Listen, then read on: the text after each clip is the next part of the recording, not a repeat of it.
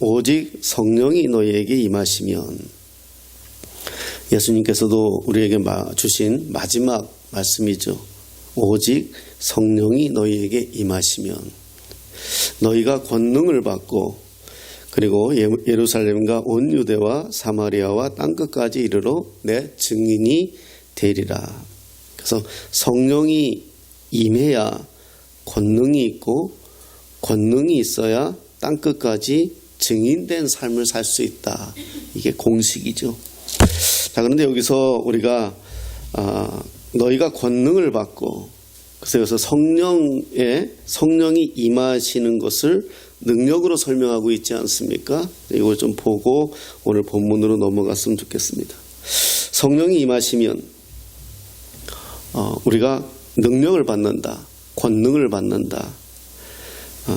그리고 그 능력으로 땅끝까지 가게 되고 그 땅끝까지 증인된 삶을 살 것이다. 자, 그러면 여기서 우리가 성령이 임하시면 받게 되는 능력이 뭘까? 이것을 먼저 한번 살펴보는 것이 옳겠다 싶어서 이 말씀을 먼저 나눠보도록 하겠습니다. 그럼 이 능력의 실체는 뭘까? 권능의 실체는 뭘까? 이 권능은 무엇을 위하여 주어지는 것이고 무엇을 위하여 우리에게 주시려 하시는 것일까? 복음이 예루살렘과 온 유대와 사마리아와 땅끝까지 이르는 일과 관련되어진 것이 바로 능력인데, 이 복음이 전파되는 것이 효과적으로 주어지기 위해서는 권능이 필요하다. 그래서 성령이 임해야 되고 성령이 임한 자에게 권능이 임하고 그 권능을 가지고 복음을 가지고 예루살렘과 온 유대와 사마리아 땅끝까지 전파한다. 이렇게 이 문맥을 설명하고 있죠. 복음은, 먼저 복음을 한번 생각해 볼게요. 복음은 뭐냐? 예수님이죠. 복음은 예수님입니다. 그러니까 구약에서 얘기한 메시아가 올 거다. 그 오신 메시아가 예수님이다. 이게 복음이지 않습니까? 그러니까 결국 복음은 그리스도예요. 그리스도. 예수는 그리스도, 이런 찬양이 있지 않습니까? 그리스도예요. 그러니까 그리스도는 메시아지 않습니까? 그러니까 우리에게는 메시아가 와야 구원이 되는 거거든요. 구원을 받을 수 있는 거잖아요. 그러니까 예수님은 메시아인데 결국 복음은 예수님이 메시아라는 거예요. 예수님이 그리스도라는 거예요. 그래서 이것을 전하기 위해서는 능력이 있어야 된다는 거예요. 권능이 있어야 된다는 거예요. 자, 그걸 설명해 보겠다는 것입니다. 우리가 여기서 자꾸 이 권능에 대해서 오해하는 게 우리가 가지고 있는 고정관념이 있어서 그래요. 어떤 신적인 능력, 어떤 이런 게 권능이지 않을까? 뭐 죽은 자를 살리고 병든 자를 고치고 귀신 들린 자를 떠나게 하고, 이걸 권능으로 우리가 인식하고 있지 않습니까? 그건 사실 예수님의 능력이에요. 그건 예수님의 능력이고, 우리가 예수라는 예수의 이름을 가지고 우리가 그 역사를 하는 거지, 일을 하는 거지, 우리의 권능은 아니란 말입니다. 예수님의 권능이에요. 그러니까 우리가 말하는 권능이 잘못하면은 예수님의 힘을 빌려와서 우리가 쓰는 것이 우리의 권능인 것처럼 착각한단 말입니다. 그 권능은 아닐 거라는 거죠. 그건 이미 우리에게 내 이름으로 무엇이든지 구하면, 이 말씀에 우리에게 이미 위탁하신 거예요. 그래서 내가 잘나서 귀신을 쫓는 게 아니라, 내가 잘나서 병든 자를 고치는 것이 아니라, 그건 주님의 능력인데 우리에게 위임해 주신 거죠. 위탁해 주신 거란 말입니다. 그러니까 이건 이미 벌써 위탁해 주셨기 때문에 이걸 다시 받기 위해서 성령이 임하고 권능을 받는다는 얘기는 아닌 것 같다는 거죠. 그럼 이 권능은 뭐냐? 사람들이 가지고 있는 권능에 대한 일반적인 개념은 적게 가진 것보다 크게 가지는 걸 더 좋아하고, 낮은 것보다 높은 것을 더 좋아하게, 감옥에 갇힌 사람은 감옥에서 나오는 게 좋을 거고, 뭐 이런 것처럼 인간이 할 수 없는 부분을 어떻게 해내는 것을 우리가 권능, 능력, 이렇게 일반적인 개념을 가지고 있지 않습니까? 아까 말씀드렸듯이 여기서 너희가 권능을 받고 이 말은 그건 아닐 거라는 것을 다시 한번 말씀을 드리고, 그러면 사도행전 1장 8절에서의 약속한 능력은, 권능은 어떤 의미에서의 권능일까? 자, 예수님이 요한복음 14장에서 16장까지 이 내용이 나오는데 그걸 우리가 고별 설교라고 합니다.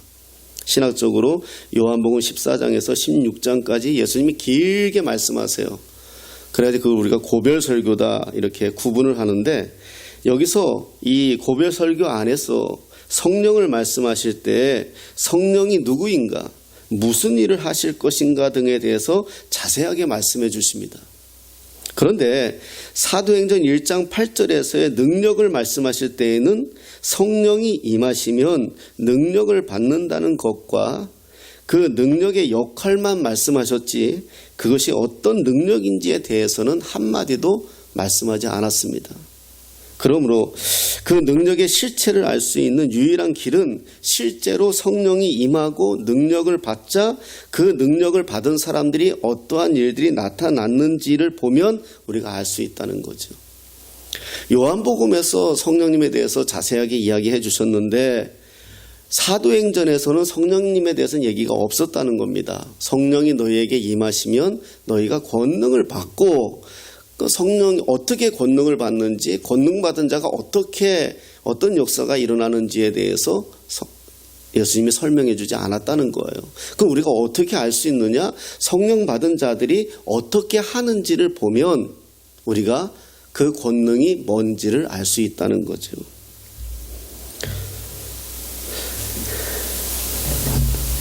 제자들에게 약속한 성령이 임하고 그 능력을 받은 다음 그들에게 어떠한 일이 일어나고 있는지를 사도행전을 보면 계속해서 그 내용이 나타나는데, 어떻게 보면 결론적으로 얘기하면 일반적으로 생각하고 있는 능력과는 반대이다 이렇게 얘기하고 싶다는 거예요. 먼저 뭐냐?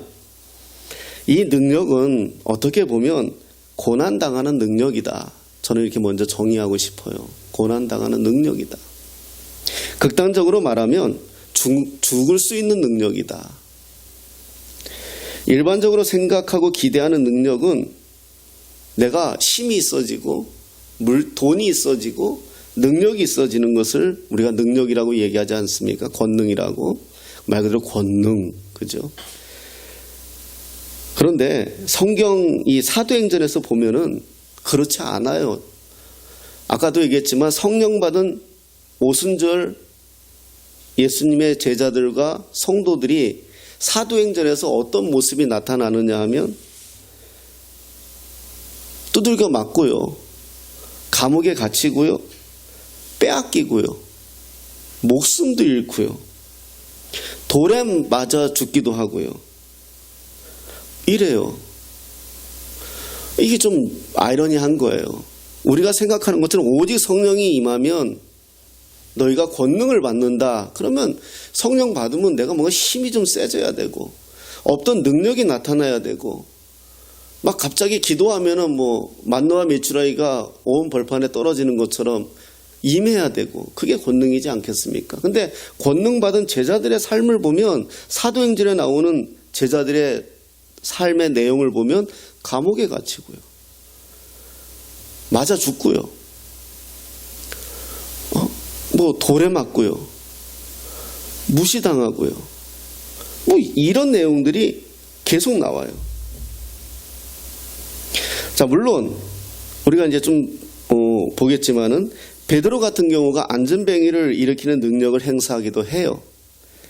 그러나 안전뱅이를 일으키는 그것이 주님이 말씀하셨던 능력의 핵심이 아니라 안전뱅이를 일으킨 다음 그 사건을 계기로 해서 나타나는 게 있었지 않습니까? 그게 뭐죠? 그게 뭐냐 하면 설교하는 거예요. 하나님의 말씀을 선포하는 거예요. 그러니까 성경을 좀 잘 이해하면은 안전뱅이 사건에 초점이 있는 게 아니에요.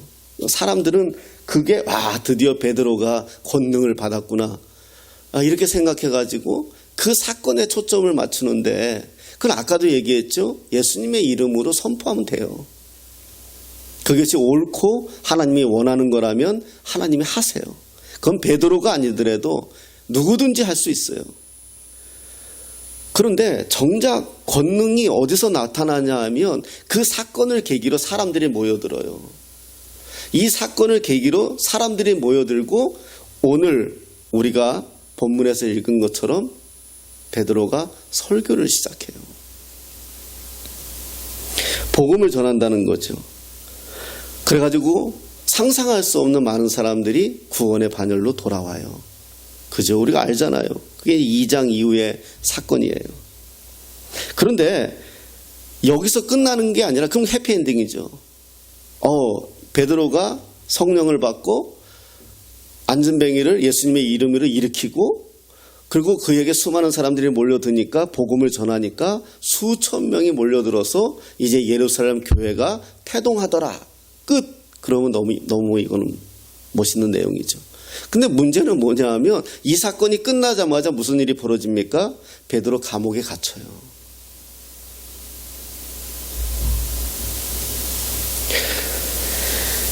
상황에 따라서 표적과 기사가 나타나기도 하지만 사도행전 1장 8절에서 약속하신 능력임을 입증하는 나타내는 차원은 뭐냐? 결국 성령의 임하심으로 받은 능력의 실체는 어떤 상황에서도 복음 증거의 사역을 포기하지 않는 능력이라는 거예요. 어떤 상황에서도 복음을 전하는 데에 두려워하지 아니하고 감옥에 갇힐지언정 그럼에도 불구하고 여러분 한번 생각해 보세요. 베드로가 원래 이런 사람 아니었잖아요. 베드로가 요 앞전에 어땠어요? 예수님 잡으러 오자 예수님이 잡혀가자 어린 시종이 자기에게 너도 예수와 함께 있었네? 이 말에 예수님을 부인했던 사람이에요. 네. 나는 몰라 부인했던 사람이에요.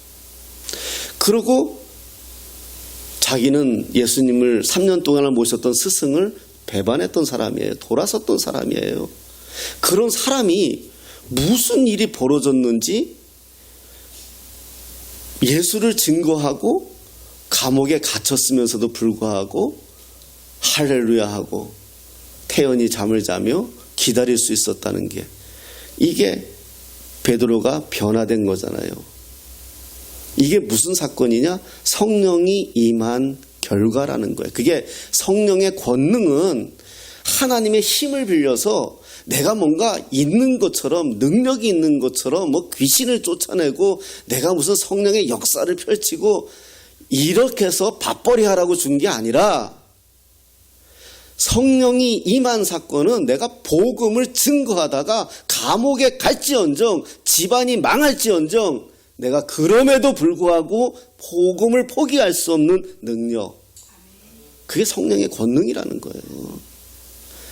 오늘 성경은 그걸 우리에게 말씀해 주고 싶은 거예요. 생명의 위협이 와도 목숨의 위협이 와도 포기하지 않는 거. 지금 보세요. 나중에 계속 우리가 이제 사도행전을 계속 보겠지만 계속 사도들이 두들겨 맞고 감옥에 갇히고 그런 사건이 계속. 그런데도 또 희한하게 하나님의 역사는 또 일어나가지고 수많은 사람들이 또 믿음의 반열에 들어서고 구원의 반열에 들어서고 이런 역사는 계속 일어나는 거예요. 우리가 주님의 일을 하고 주님의 일을 하면 할수록 사실은 세상은 더 반대하죠. 우리에게요. 예. 가만히 있으면 평화해요. 교회도 그러더라니까요. 가만히 있으면 평안해요.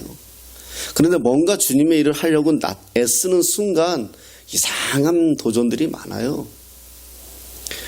월남전쟁 때 제일 많이 죽은 사람들이 누구냐 하면 소대장들이에요. 예, 옛날에 지금도 있어요. 철모에 표식을 옛날에 했었어요. 뒤통수에 보면은 하사관인지 소대장인지 중대장인지 통신관인지 뭔지 왜 자기들끼리 뒤에서 보고 이 사람이 어떤 신분을 알고자 이걸 표시를 처음에 했었어요. 그랬는데 소대장만 자꾸 이렇게 저격수에 의해서 소대장만 죽는 거예요. 멀리서 소대장만 죽이는 거예요. 왜? 소대장은 최선에서 병사들을 이끌고 최전선에서 현장에서 싸우는 장교거든요. 그러니까 소대장을 죽여버리면은 그 소대는 와해가 돼버리는 거예요. 순간. 그러니까 저격수가 항상 멀리서 소대장만 찾아내요. 항상. 그래서 나중에는 지워버렸어요. 이거를요. 왜? 자꾸 표적이 되니까. 소대장만 자꾸 죽는 걸 이상해서 확인해 보니까 그랬어요. 그렇지만 자꾸 지시하게 되잖아요. 그러니까 멀리서 망원경으로 관측해가지고 쟤가 소대장이구나. 쟤를 죽이는. 그래서 월남전쟁에서 제일 많이 죽은 장교가 소대장들이에요. 그 말은 뭐냐? 앞에 나서서 최선을 일을 하는 사람은 저격수에게 타켓이 되는 거예요. 교회도 마찬가지예요. 주님의 일을 하려고 하면 할수록 도전받아요. 근데 이게 복이에요. 이게 권능이에요. 이게 내가 옛날 같으면 벌써 포기해버리고, 우리도 개척하면서 알잖아요. 옛날 같았으면 포기해버리고 다른 일을 찾고 다른 방법을 찾고 다른 걸 구하는데도 그냥 바보같이 우직하게 복음으로 나가는 이유가 뭐냐? 그게 권능이에요. 그게 내 힘으로 되는 게 아니에요. 내가 내가 참을성이 좋아서, 인내심이 좋아서, 여러분들 잘 아다시피 제가 참을성이 좋은 놈입니까? 아니에요. 근데 참아줘요. 기다려줘요. 뻔히 저 사람이 뻔히 아닌데 기다려줘요. 참아지고요. 이게 저는 이 깨닫는 거예요. 제가 저쪽 동네에 있을 때 한 1년 좀 지나면서 막 30-40명이 됐어요. 교회가. 가까이 있는 교회가 500명이 넘는 교회인데 광고 시간에 광고를 그렇게 했다는 거예요. 가까운 데 교회 하나가 생겼는데 약간 이단 같다고. 교회가 적이더라고요. 그래가지고 제가 그 소리를 듣고 정말 쫓아가서 그 목사, 내가 정말 같은 목사로서 진짜 옛날 성격 같았으면은 그랬죠. 옆 집사람은 참으라 그러고 기도하자 그러고. 근데 마음속에 어떤 마음이 드냐 하면, 이제는 내가 내 마음대로 움직일 수 없잖아요. 꿈꾸는 교회가 있잖아요. 내가 어떤 행동을 해버리면 꿈꾸는 교회가 행동이 돼버리는 거잖아요. 그냥 참아지더라고요. 그냥 오해했겠지. 그럴 수도 있어. 그런 마음이 들더라고요. 그리고 얼마 안 있다가요, 어떤 목사님에게, 잘 아는 목사님 전화가 왔어요. 목사님, 교회가 어디예요? 어디예요? 제가 그 옆에 어떤 교회에 부흥회 인도하러 가는데, 거기 가면 목사님 뵈면 되겠네요. 그러더라고요. 근데 그 부흥회 인도하러 온 교회가 그 교회예요. 그래서 내가 안 갔어요. 첫째 날, 둘째 날. 근데 마지막 저녁에 찾아왔더라고요. 오후에. 교회로. 왜 안 오냐고. 그래서 그냥 가까이 있는 교회에서 불편해서 무슨 소리 하냐고. 그냥 오시라고. 거기 목사하고 인사도 하고. 그래가지고 저녁에 강사 대접받는데 저도 초청받아서 가서 같이 밥 대접받고, 또 거기서 교회 성도들 기도해 줄 게 있다고 또 같이 기도해 주라고, 또 강사가 막 그러니까 거기 담임 목사는 껄쩍지근하지만 어쩔 수 없으니까 또 기도해 주고 이랬어요. 또 집회 시간에 또 나를 또 일으켜 세워가지고 저희 내 어떤 목사인데 여기서 개척해서 하고 있으니까 기도해 달라고. 하나님 그렇게 풀더라고요. 참아질 수 있는 거, 기다려질 수 있는 거, 그게 바로 능력이더라, 권능이더라. 그리스도인의, 그래서 성령의 9가지 열매 중에 오래 참음이 있는 거예요. 오래 참음이. 오래 참을 수 있는 거, 기다릴 수 있는 거. 그것이 권능이더라라는 것을 왜 말씀드리고요. 왜냐하면 이 내용이 계속 인식돼 있어야 앞으로 이 사도행전을 읽어가는 데 있어서 우리가 이해가 돼요. 이제 베드로가, 이게 하이라이트인 거예요. 오순절 설교가요. 14절에 보니까 베드로가 11사도와 함께 서서 소리를 높여 이르되, 유대인들과 예루살렘에 사는 모든 사람들아, 이 일을 너희로 알게 할 것이니 내 말에 귀를 기울이라. 때가 제3시이니, 6을 더하라 그랬죠. 아침 9시예요. 그러니까 아침 9시니까 너희 생각과 같이 이 사람들이 취한 것이 아니다. 이 말은 왜냐하면 그 앞전에 성령의 오순절 성령의 임하심으로 많은 사람들이 술 취한 것처럼 뭐 막 그냥 정신없어서 막 그러니까 저 사람들이 술 취했다 이런 말을 들었거든요. 그러니까 베드로가 거기에 대해서 반증하는 거죠. 아니다. 이 사람들이 너희들이 생각하는 것처럼 술 취한 것이 아니라 바로 이 말씀이 임한 것이다. 그 말씀이 뭐냐? 오늘 본문에 읽은 것처럼 하나님이 말씀하시기를 말세에 내가 내 영을 모든 육체에 부어주리니 너희의 자녀들은 예언할 것이요 너희의 젊은이들은 환상을 보고 너희의 늙은이들은 꿈을 꾸리라. 그때에 내가 내 영을 내 남종과 여종들에게 부어주리니 그들이 예언할 것이요. 이런 내용입니다. 이 말씀이 임한 것이다. 우리들에게. 그러면서 21절에 누구든지 주의 이름을 부르는 자는 구원을 받으리라 하였느니라. 22절에 이스라엘 사람들아 이 말을 들으라. 그러면서 너희도 아는 바와 같이 이러면서 이제 예수님에 대해서 이야기를 합니다. 그래서 지금 성령의 그 오순절 성령의 임하심으로 사람들이 그들의 모습을 보고 막 서로 그냥 난리를 치고 말들이 막 그냥 다른 말 외국말로 하는데 서로 알아듣고 막 이거 저거 도대체 무슨 일인가. 그래서 이 일이 저들이 새 술에 취한 모양이다. 거기에 대해서 아니다. 술에 취한 것이 아니라 성령이 임한 것이다. 그러면서 선지자 요엘을 통해서 말씀하신 것이 오늘 우리에게 이루어진 것이다. 이렇게 설명하면서 그 17절부터 요엘 2장 28절에서 32절에 있는 말씀을 베드로가 그대로 설교합니다. 여기서 오늘 볼 것은요. 너희의 자녀들은 예언할 것이요 너희의 젊은이들은 환상을 보고 너희의 늙은이들은 꿈을 꾸리라. 요것만 잠깐 보고 마치도록 하겠습니다. 너희의 자녀들은 예언할 것이요. 그래서 예언을 이 예언을 오해하면은 내일의 어떤 되어질 일을 내가 오늘 아는 것처럼 이야기하면 안 된다는 거예요. 그 예언이 아니에요. 번역상 예언이지. 여기서 예언은 너희의 자녀들은 예언할 것이요. 이 말은 무슨 말이냐면 너희의 자녀들이 내일 일을 어떻게 되어질 것을 알게 된다. 이런 것이 아니라 너희의 자녀들은 예언할 것이요. 이 말은 뭐냐면 성령의 임함을 경험하면 성령이 육체에 부어지면 자녀들이 자기들이 무슨 것을 하나님 앞에 할 거라는 것을 스스로 찾아낸다는 거예요. 예언을 어린애들이 예언하고 그런 게 아니라 아이들이 자신을 예언하는 거예요. 나는 이렇게 쓰임 받을 거다고 성령이 임하면 자신들이 뭘 어떻게 살아내야 되겠다는 것이 알게 된다는 거예요. 우리가 이것도 내가 전에 어디서 있었던 건데요. 어떤 이제 그 권사님이 이제 기도원 가서 하는데 기도원 원장이 그러더라는 거예요.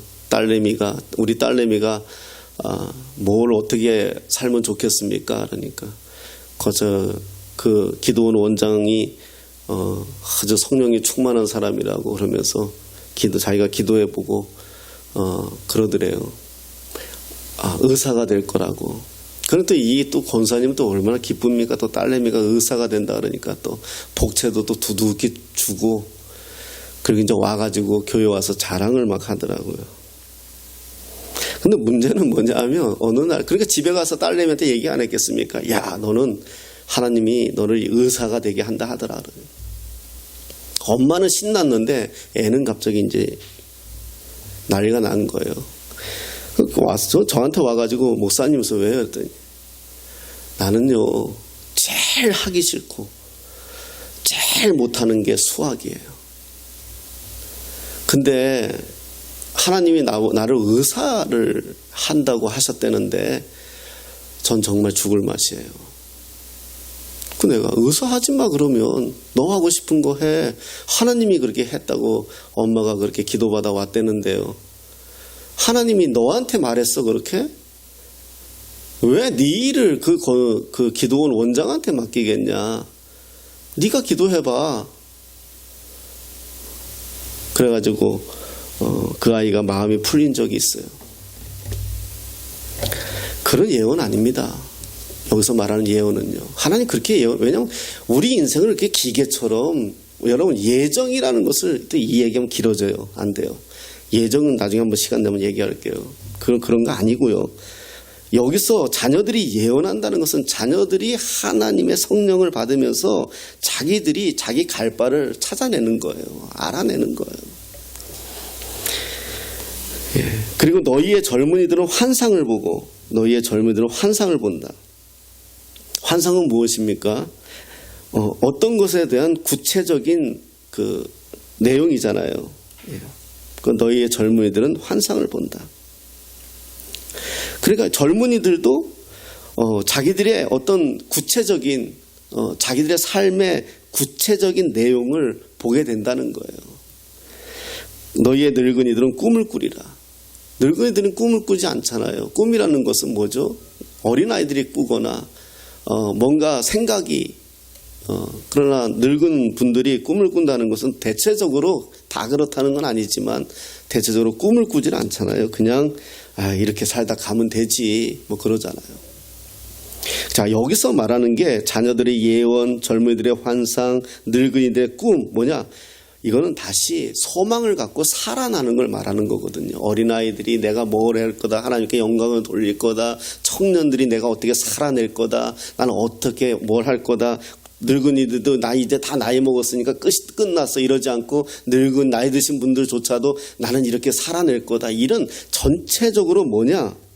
살아나는 거예요. 살아나는 거. 회복되는 거. 새로워지는 거. 그냥 어떻게 막혀있던 하수구 같은 것이 뻥 뚫리면서 어떤 새로운 세상에 대한 도전을 가지게 되고 내일에 대해서 꿈을 가지게 되고 이런 걸 의미하는 거거든요. 어떻게 하면 내 영을 모든 육체에 부어주리니. 지금 예수님의 제자들과 120명의 문도들은 이 성령의 임재를 받으면서 이들이 지금 베드로조차 변해진 게 뭡니까? 지금 베드로에게 땅끝까지 복음을 전하라고는 했지만은 구체적으로 예수님이 말씀해 준 게 없어요. 어떻게 복음을 전하라, 이렇게 해라, 몇 날 며칠 어떻게 준비해라, 신학을 해라, MDB를 가라, THM을 가라, PhD를 해라 이렇게 안 했단 말이에요. 그냥 너희들이 성령이 너에게 임하면 너희가 권능을 받고 땅끝까지 복음을 전할 거야 이 말만 하셨어요. 그래서 이들은 성령의 임재를 받아야 되니까 성령의 임함을 받아야 되니까 기다리고 있었단 말이에요. 성령의 임함을 받으니까 이들이 어떤 현상이 일어났습니까? 방언을 통해서 전 세계의 말을 같이 공유하게 되면서 드디어 베드로가 길을 찾아낸 거잖아요. 어떤 길을 찾아냈습니까? 복음을 전하러 나간 거란 말이에요. 복음을 전하러 나간 거예요. 그러면서 오늘 선지자 요엘의 말씀을 통해서 설교하고 있는 것을 볼 수가 있다는 거예요. 바로 이것입니다. 우리가 성령이 너에게 임한다. 이 사건은요. 성령이 너에게 임한다는 것은 내가 말씀의 사람이 된다는 거고 내가 구체적으로 하나님의 일을 하기 위해서 꿈을 꾼다는 거예요. 어린아이가 자녀들이 예언하는 것처럼 청년들이 환상을 보는 것처럼 나이 드신 분들이 꿈을 꾸는 것처럼 성령이 임하면 자기 삶을 구체적으로 찾아내면서 복음을 전하는 것을 찾아낸다는 거예요. 베드로가 드디어 소리를 높여 유대인들과 예루살렘에 서는 모든 사람들아 귀를 기울이라 라고 외치면서 말씀했던 것처럼 말입니다. 정리하면 그렇습니다. 우리가 지금 이렇게 생각하면 될 것 같아요. 지금 성령이 내가 역사를 하고 있느냐 아니면 지금 머물러 있느냐라는 것은 내가 어떤 상황이든지 복음을 전하려고 애쓰고 있는가, 내가 어떤 상황이든지 말씀의 사람으로 살고 있는가, 이게 나를 진단할 수 있는 테스트인 것 같습니다. 사랑하는 여러분, 다시 한번 말씀드리지만은 오직 성령이 너에게 임하면 권능을 받는다라는 것은 어떤 상황에서도 우리가 참아내고 이겨낼 수 있는 것입니다. 이 말은 오늘 우리에게 적용하면 그렇습니다. 어떤 상황에서도 내가 참아내고 이겨내더라. 그럼 나는 성령이 주도하고 있다는 것을 우린 고백하고 감사하면 됩니다. 그러면 이제 누가 일을 하느냐? 성령께서 일을 하십니다. 이것이 사도행전 2장 이후로 우리가 계속 보겠지만은 계속해서 나오는 사건인 것을 우리가 볼 수가 있습니다. 오늘도 또 성령으로 저희들이 성령의 임재로 권능으로 복음을 위하여 사시는 저와 여러분 되시기를 예수님의 이름으로 축복합니다.